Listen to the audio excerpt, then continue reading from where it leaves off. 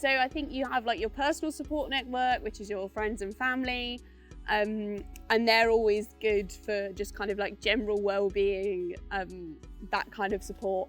But they're always really good as well for proofreading, I've found, because often they're not that linked to what you're doing, so it's good to get like a really fresh eye on things like that. Talk to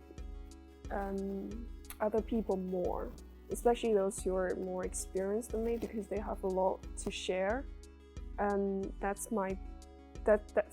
will be really helpful, because they will be able to tell me all the services available, all the helps available around university, or how things work.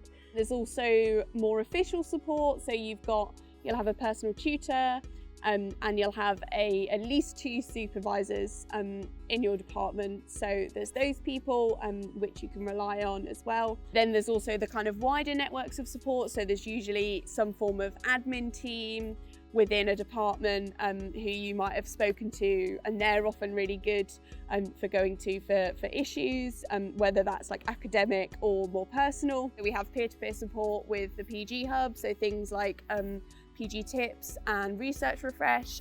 They're 2 events where you can meet other researchers, other students, and they're really good just to kind of talk to somebody that's going through a similar thing you are. Then there's also places like Wellbeing Support, who are obviously more professional and more focused on like well-being, and they're really good as well. Take care for your health. You can't work when your body's not feeling good.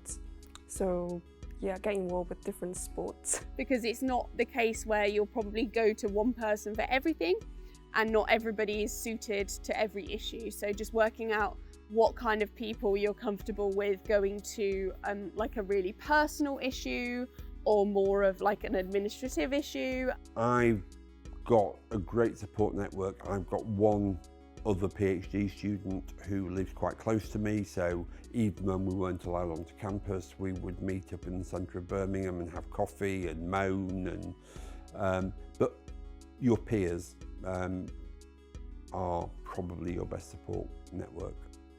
There's also the SU, which is an independent body, so they're really good as well. But it's important to kind of spend a bit of time at the start of your kind of course, just thinking out and plotting out who those people are. On a personal note, I've got to say disability services have been fantastic. I get an hour a week of mentoring, which I think it depends on your particular needs, but my mentoring is more about me planning for the week and a sounding board when I'm frustrated or upset or things are getting a bit much. They've been fantastic, and that's been funded again by the Doctoral College. I would say make sure you know where all of those support places are, so that you can reach out to them if and when you need them. Find out campus, explore it, and build a network of friends and acquaintances if you can, so that you've got people to talk to, and fully explore and take advantage of the opportunities that Warwick has got to offer.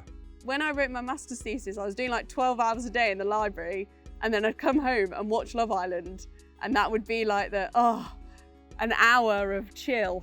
So having something mindless or like a TV show that you can get into is really good.